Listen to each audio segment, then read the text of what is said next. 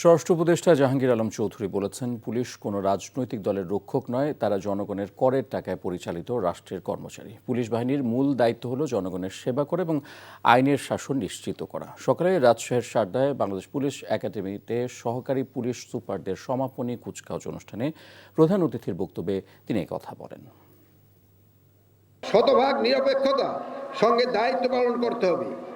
কোনো প্রার্থী বা এজেন্টের নিকট হতে কোনো প্রকার অনৈতিক বা অবৈধ আর্থিক সুবিধা গ্রহণ করবেন না। কেন্দ্রে কোনো প্রকার অনিয়ম বা বিশৃঙ্খলা সৃষ্টি হলে রিটার্নিং অফিসার, সহকারী রিটার্নিং অফিসার, প্রিজাইডিং অফিসারের পরামর্শ মোতাবেক তা শক্ত হাতে দমন করতে হবে।